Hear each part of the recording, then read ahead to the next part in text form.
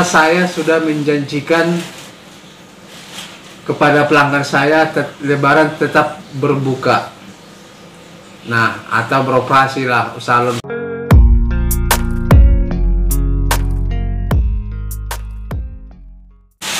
Halo sobat, berjumpa lagi di channel saya, yaitu channel tentang tutorial salon laundry. Bagaimana kabar para sobat? Mudah-mudahan sehat walafiat dan usahanya makin cepat berkembang. Nah, di sini sobat, kita akan membahas detik-detik menjelang hari raya ini. Banyak yang saya lihat yang membuka usaha laundry. Nah,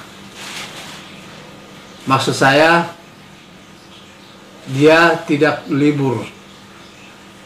Nah, tetapi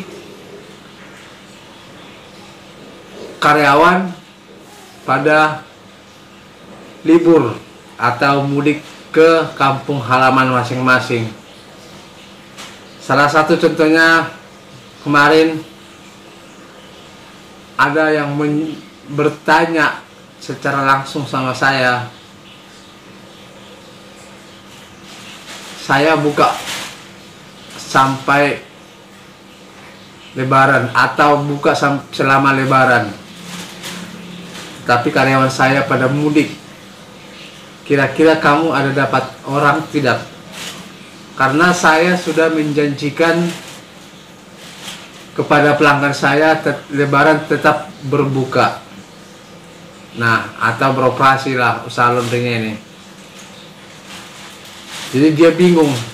Nah, jadi ibarat kata seperti makan buah si malakama. Tapi bukan dia doang sobat, di media sosial juga saya lihat banyak hal seperti itu. Karena dia udah sempat menjanjikan kepada pelanggannya bahwa selama Lebaran tetap berbuka. Nah, solusinya sobat, kemarin dia bertanya apakah ada orang yang mau menyetrika atau kerjalah selama Lebaran. Nah, ya bertanya balik saya. Ini ibarat kata sobat cerita ya,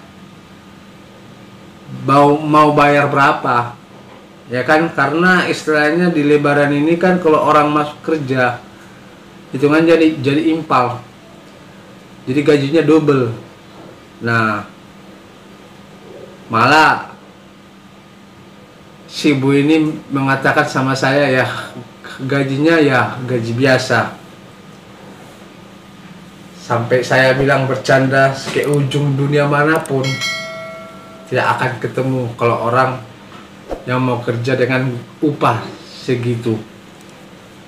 Nah, jadi sebenarnya sobat, kalau setahu saya ya, ini namanya yang dibilang istilahnya kalau kita cari karyawan atau kerja sementara yang misalnya dibilang freelance ya, paling itu selama beberapa hari, 4 atau sampai 5 hari. Sebenarnya karyawan-karyawan yang model seperti ini mahal. Nah, makanya kalau seandainya kita yang mau buka Lebaran selama Lebaran itu berpikir dulu. Nah, jangan jadi kita dibikin pusing. Udah kita janjikan sama pelanggan selama Lebaran buka. Nah, tahu-taunya karyawan pulang semua. Yang mau nggak mau, kalau seandainya tidak ada yang mau menggantikan karyawan lama ini, ya kita sendiri yang mengerjakan. Nah, kalau masalah istilahnya usaha laundry kecil-kecilnya tidak masalah. Ini kalau udah pemain partai besar dia, ya otomatis yang ada kita jadi kewalahan.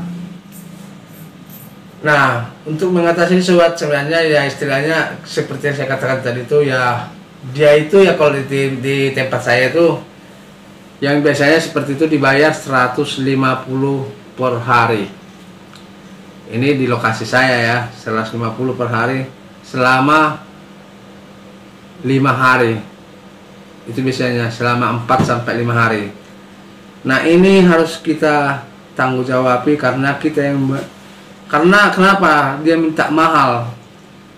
Ya kan, orang asik-asik merayakan Lebaran, makan yang enak-enak sementara dia kerja untuk mencari nafkah. Nah, jadi saran saya sobat, kalau istilahnya para sobat udah terlanjur menjanjikan sama pelanggan, ya kita sebagai pengusaha laundry udah menjanjikan kepada pelanggan buka selama Lebaran, kita sebagai pengusaha laundry harus ya siap-siap membayar orang dengan harga yang mahal.